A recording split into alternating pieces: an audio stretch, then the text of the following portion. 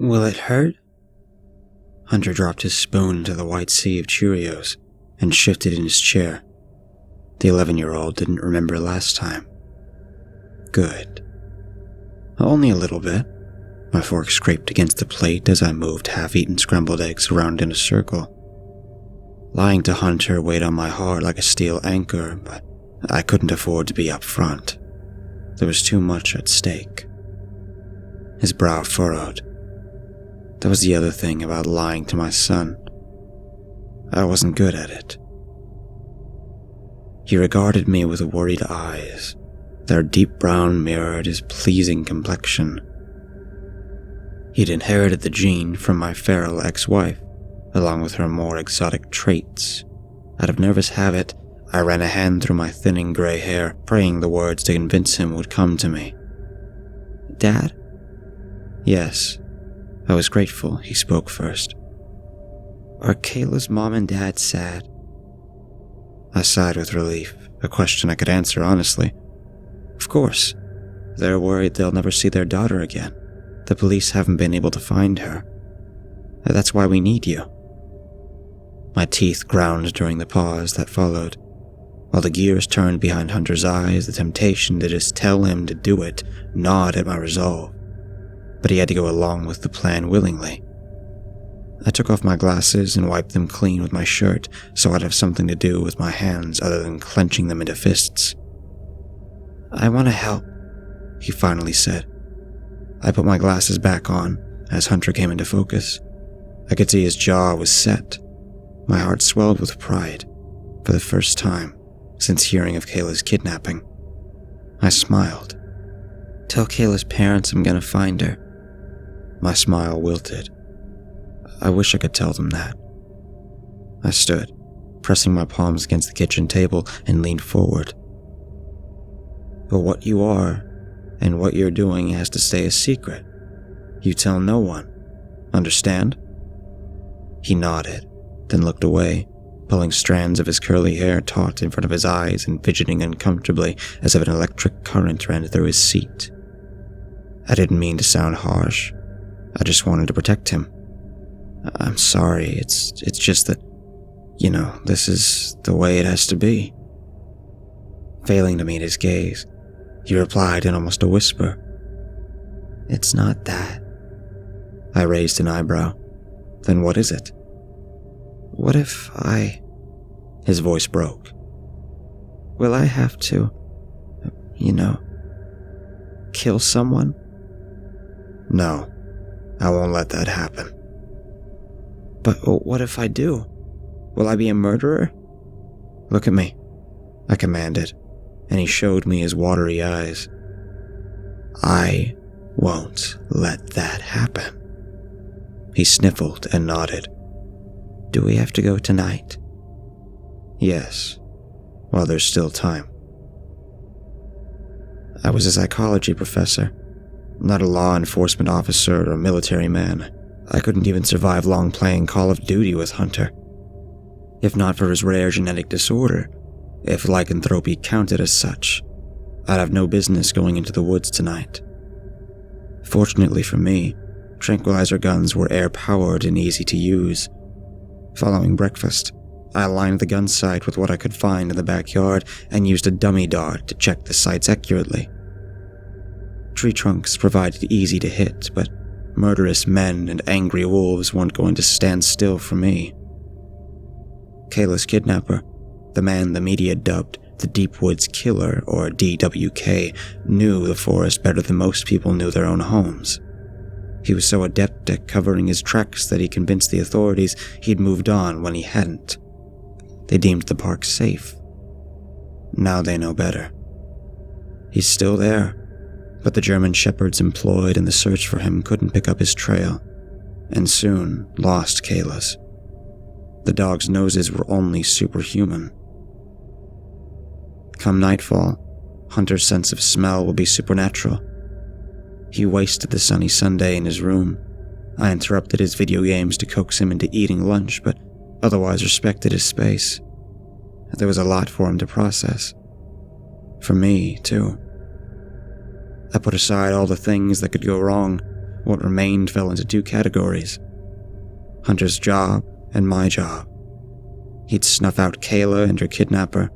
I'd follow, put one dot in DWK and one dot in Hunter before my son's own killer instinct surfaced. Bring Kayla and Hunter home until the police were to find DWK. Simple. I ordered a pepperoni pizza for dinner, Hunter's favorite. My lame attempt at mundane conversation fell flat, and we ate in silence. Hunter asked to be excused after only eating a slice, and left the crust. Guilt, a rock with sharp edges, settled in my stomach alongside the pizza. Though dusk had settled, I didn't want to leave for a few hours yet.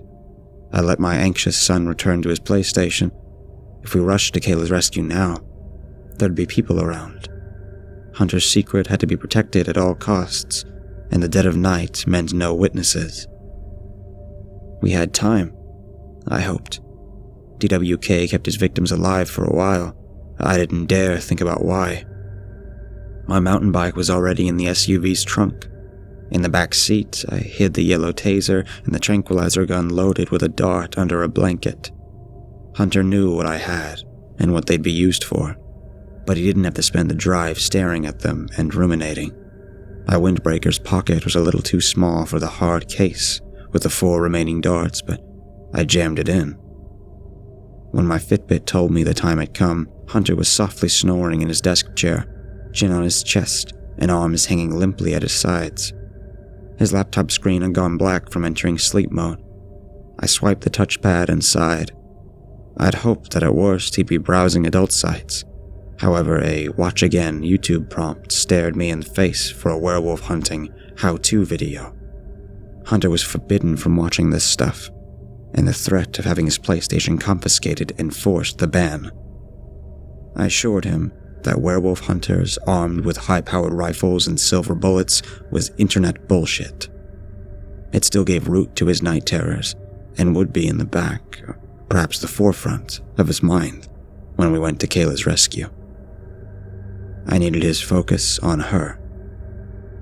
Hunter jumped when I gently put my hand on his shoulder. He slammed his laptop shut.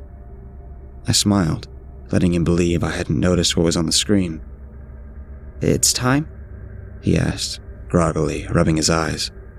I replied with a solemn nod. The glow of my phone's GPS map did little to dispel the oppressive darkness inside the SUV as we drove for 40 miles down an empty rural highway. A gibbous moon rose from beyond the tree line. It shone yellow and loomed large at first, but shrunk as it left the horizon behind. Shortly after 11, we pulled into the unpaved parking lot. Kayla's family had come here just yesterday. There was no reason not to. The only dangerous predator to roam this state park in over a century was DWK, and he was supposedly long gone. All Kayla had to do was briefly wander from her family's sight, and most of his work was done for him. Had I known, Hunter and I would have come after the search stopped for the night, but like the rest of the public, I didn't find out she disappeared until early this morning. Hunter held the bright LED flashlight for me as I took my bike from the trunk. The dark muted the Trek's metallic red sheen into a maroon of dried blood. I leaned it against the bumper, then checked that its thick, all-terrain tires were fully inflated. I took off my Fitbit and strapped it tightly to Hunter's wrist. He winced. "Sorry," I said. "I have to make sure it stays on when you change." "I know," he replied, resigned to the fact, but trying vainly to get his pinky under the band. He kept the light focused on me and watched through narrow eyes when I brought out the tranquilizer gun. I put my arm through the strap, and it rested comfortably on my shoulders. Hunter stood the flashlight on the ground, took off his socks and Nikes, and stripped to his boxers. I threw his clothes in the back seat. He crossed his arms over his chest, shivering in the crisp April air. "I need a second, Hunter. Can you check the head of the trail for any clues?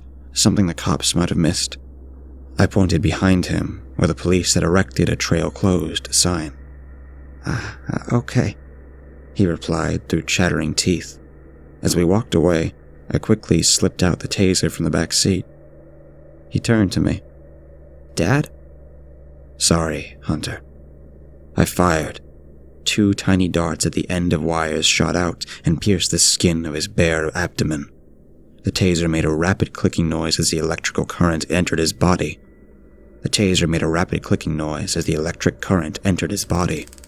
My eardrums throbbed from his high-pitched shriek, and he fell face-first into the gravel. I wiped tears from my eyes. How I wished the full moon triggered the transformation like in the movies. It did happen at night to Hunter, if his pain threshold was shattered. The ground muffled his pitiful sobs for a few moments that seemed like millennia. When he finally lifted his head, a guttural growl escaped his distended maw. Canines, long, pearly white, and sharp as spears, sprouted from red gums. It took all my will not to turn away when his cold, glowing eyes met mine. The thoughtful human in Hunter wouldn't remain much longer. Cracks, pops, and tearing accompanied the transformation as bone lost its shape and flesh twisted, contracted, and stretched. The taser darts popped out of his body, the shape of which was neither that of a boy or a wolf, but a malformed abomination in between. Swallowing bile forced up from my churning stomach, I turned to toss the taser into the SUV. He crouched, lifted his torso on humanoid arms that extended into paw hands with stubby fingers, each tipped by a long black nail.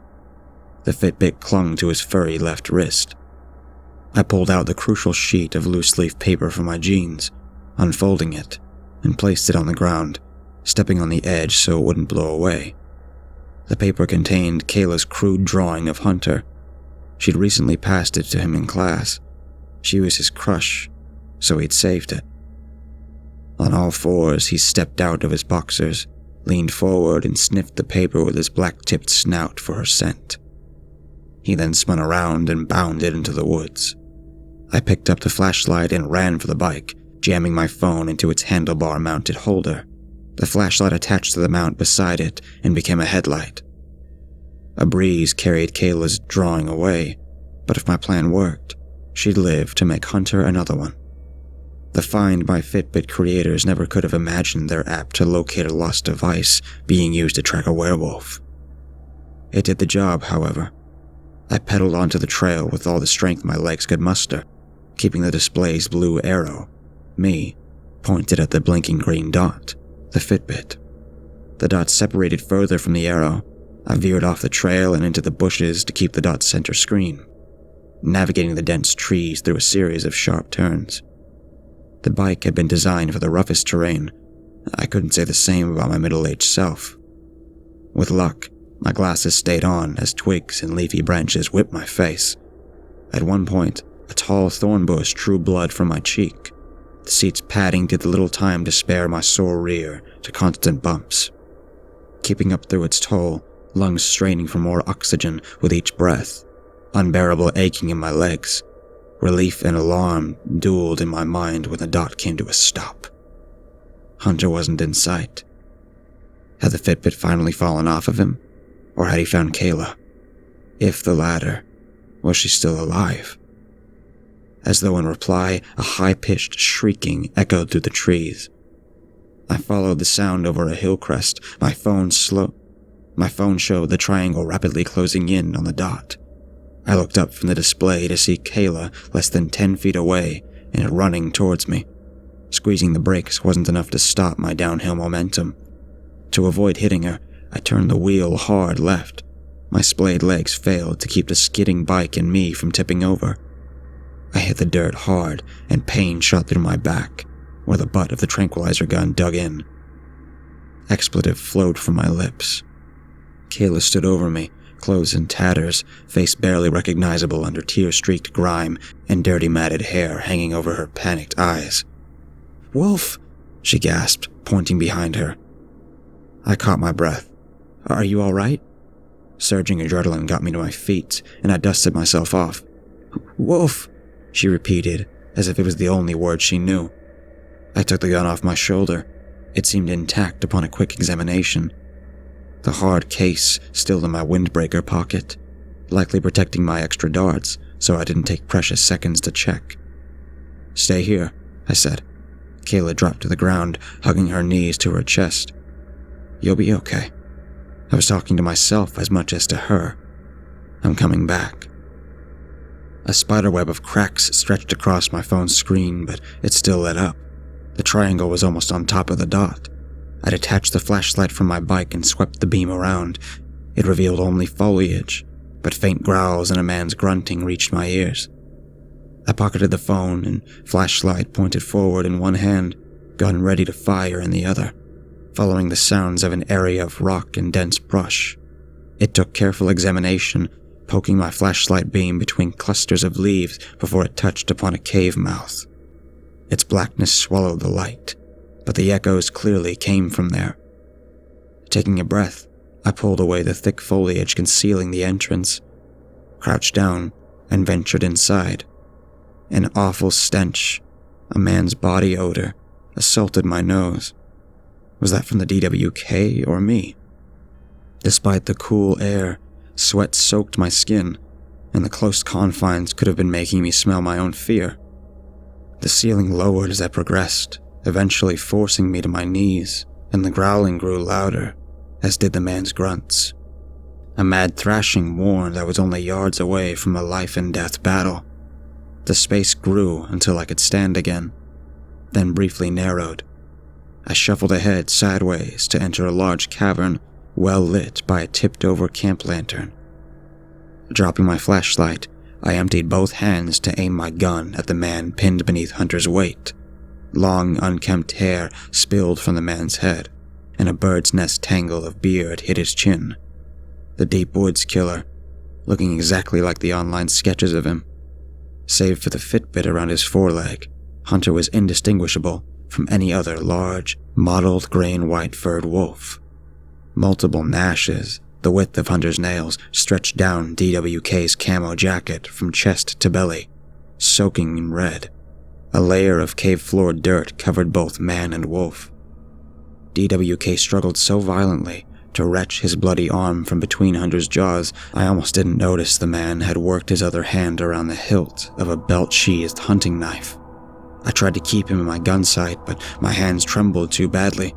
If I missed and tranquilized Hunter first, we were both dead. DWK wasn't going to idly stand by while I reloaded. Unaware of my presence, DWK grunted in triumph as he freed the knife. Hunter didn't have to be hit with a silver bullet to die. He was far from invulnerable. I prayed as I pulled the trigger. With a whoosh, the weapon launched its dart. It stuck in DWK's side. His head turned in my direction. He briefly appeared confused before his knife fell to the floor and his eyes closed, head lolling to the side, body motionless. His chest still rose and fell. Good. I didn't want to kill a human being, even though DWK didn't act like one. Great job, Hunter's angry yellow eyes bored into me as he stepped off DWK and approached me with slow, deliberate movements. His snarl revealed dagger-sharp teeth, dripping saliva, and stained crimson with DWK's blood. Hunter wasn't home. I'd imagined this scenario, planned to soothe Hunter with a soft voice while I reloaded.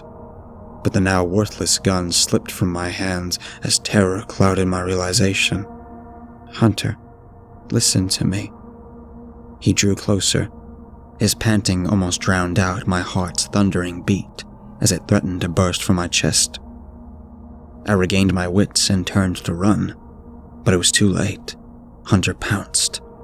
My howl of agony reverberated in the cavern as his jaws closed on the soft flesh of my calf. I fell on my stomach and lost my glasses. Trying to kick my leg free only magnified the pain. Tears of agony streamed down my cheeks as I jammed my other foot into Hunter's snout to no avail. The darts! I tore my windbreaker pocket to get the case off, fumbling to open it, and pulled out a dart. Twisting around, I squinted at Hunter's blurry gray form. I sat up just enough so my outstretched arms could jam the dart into what I thought was Hunter's foreleg. It stuck through the fur, but nothing happened. The tranquilizer was formulated to bring down a 300-pound deer. Hunter weighed nowhere near as much, but only God knew what kind of resistance a werewolf had. I was going to die for assuming something abnormal would react normally to the trank. Who would take care of Hunter? Who on earth could? The world spun and strength drained from my body. From the ocean of despair and darkness about to engulf me, an idea surfaced. What if the problem wasn't the tranquilizer, but where I administered it? I felt around the dirt until finding my glasses and putting them on. One lens remained in the frame, but that was enough. Powered by my will to live and love for my son, I released a second dart from the case and jabbed it into Hunter's throat. He whimpered, and the pressure on my leg disappeared. His dulling eyes half closed, and he came to rest on his side, my thigh a pillow for his head. Within moments, he was snoring. I slid out of the way and sat up, immediately assaulted by vertigo. Hunter's body jerked violently. His bones began to snap, ridges rising and falling beneath his stretching, balding skin, but he remained unconscious. Dawn was still a long way off.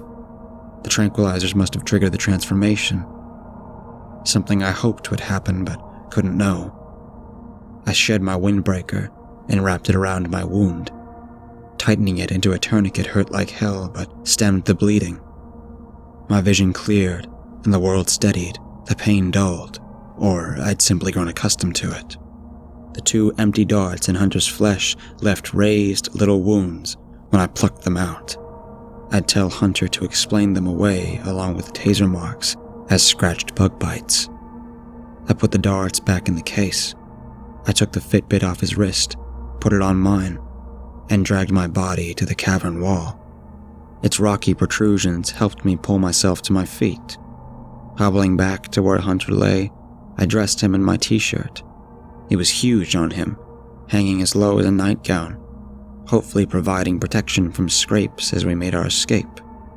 There was no recourse but to prop up his limp body through the narrow crevice and drag it behind me at the low ceiling point. Once in the open, I collapsed with him on my back. There was no way in hell we'd make it back to the SUV. My phone showed 2 precious bars, and I called 911. Kayla's parents could have flooded the hospital with their tears of joy upon reuniting with her. As my wounded leg was tended to, the emergency staff dressed Hunter in a gown and wheeled him into another area to look him over. He slept soundly through it. My legs suffered no permanent damage, and crutches would keep me mobile until I healed. I refused to stay the night for observation or receive rabies shots, however, alarming the doctor. Unable to force treatment on me, he could only shake his head. The police had waited until the ambulance got me to the hospital to interview me at length. They weren't concerned about my practice of hunting deer at night with a tranquilizer gun. That wasn't illegal or unheard of, nor was having your son with you. Riding a bike into the woods was not what deer hunters did, but the police didn't find my trek, or more likely, found it, but assigned it no importance. In my condition, I wouldn't be searching for my bike and riding it out of the woods anytime soon, but I wasn't going to ask the cops to get it for me. Dumb luck, I told them, brought me near DWK's cave, and Kayla's cries led me inside. After all, how could I have possibly tracked him down when all those seasoned searchers and their sniffer dogs couldn't? I described Hunter and I's scuffle with DWK as his big dog, the one that bit me. That explained my wound as well as Hunter's various cuts, bruises, and abrasions, though not why he was undressed. The shapeshifter's clothes changed with him, another movie fantasy I wish was true. I could only tell the police that everything happened so fast it was all a blur. The important thing was that I managed to get a tranquilizer dart in DWK before he could plunge his knife into Hunter or me. They couldn't wake Hunter to question him, because he was obviously exhausted by the emotional trauma. I still added that a traumatic experience can make children act out strangely, stripping off their clothes, for example. The air was heavy with unspoken skepticism, though psychology represented my area of expertise. DWK, now in custody, was still out cold when they found him, and apparently mauled by his own dog. though they had yet to come across a dog in the vicinity. I had no doubt my version of evidence would prove more credible than a lunatic's story of a giant wolf, should DWK relate what happened. There were no wolves in the area. Ever. I played with my phone on an uncomfortable bed as 20 minutes passed, then 40. They were taking a long time with Hunter, even by hospital standards. With the aid of crutches, I made my way over to the nurse's station, where a smiling young woman in a lab coat met me. "Are you Hunter's father?" she asked. "Yes. Where is he? What's taking so long?" "He's right down the hall." She gestured to her left. "I'm Dr. Singh." Singh seems too nice to be a doctor or to even have a driver's license. "I had great difficulty waking your son," she said, "so I ordered blood work done on him." "Blood work?" I snapped. "There's nothing wrong with him." The doctor's smile melted away. "You signed the consent for your son's treatment, sir." "Probably. I signed a number of papers on arrival." "Hunter somehow ingested a benzodiazepine sedative," she said matter-of-factly. "Do you keep Valium or some other tranquilizing medication in your home?" I replied with a curt no, not having planned on the hospital doing anything to Hunter, much less blood work. I rescued Kayla from the Deep Woods killer, but now I have to worry about a visit from the Office of Children's Welfare. What the hell? I hobbled in the direction the doctor had pointed and came to an area sectioned off into rooms by curtains. From behind one, I heard a female voice coo. "This may hurt a little." Hunter's protests morphed into a piercing cry. I ditched the crutches and limped past the curtain. Hunter was in his bed, eyes screwed shut and tears leaking out of the corners, a thick needle attached tubing to his wrist. "Just setting up an IV," said the nurse, a thin, older woman hovering over him. "Sorry to cause your son so much discomfort, but I had trouble finding a vein." A growl rose from deep within Hunter's throat, and he opened his eyes. They glowed yellow, like the gibbous moon shining through the window.